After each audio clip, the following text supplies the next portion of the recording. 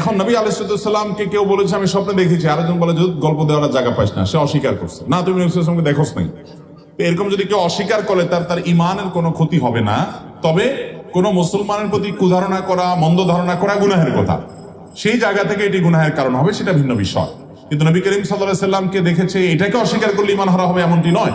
নবী করিম সাল্লাল্লাহু আলাইহি সাল্লামকে স্বপ্নে দেখার ব্যাপারে উলামায়ে কেরামের দুইটা ব্যাখ্যা আছে। একটা ব্যাখ্যা হলো হাদিসে আসছে নবী সাল্লাল্লাহু আলাইহি সাল্লাম বলেছেন, কেউ যদি আমাকে স্বপ্নে দেখে তাহলে সে সঠিক দেখেছে, কারণ শয়তান আমার আকৃতি নকল করতে পারে না।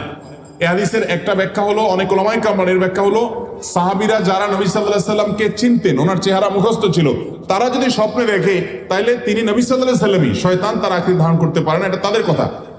আমরা যারা নবী সাল্লাল্লাহু আলাইহি সাল্লাম কেমন ছিলেন, তার চেহারা রূপ কেমন ছিল আমরা দেখি নাই, তো আমরা যদি স্বপ্নে দেখি সেটা নবী আলাইহিস সালামের চেহারাও হতে পারে, আবার অন্য কাউকে আমার নবী সাল্লাল্লাহু আলাইহি সাল্লাম মনে হতে পারে, সেইটাও হওয়ার সম্ভাবনা আছে। এটা এক শ্রেণীর উলামাদের মত।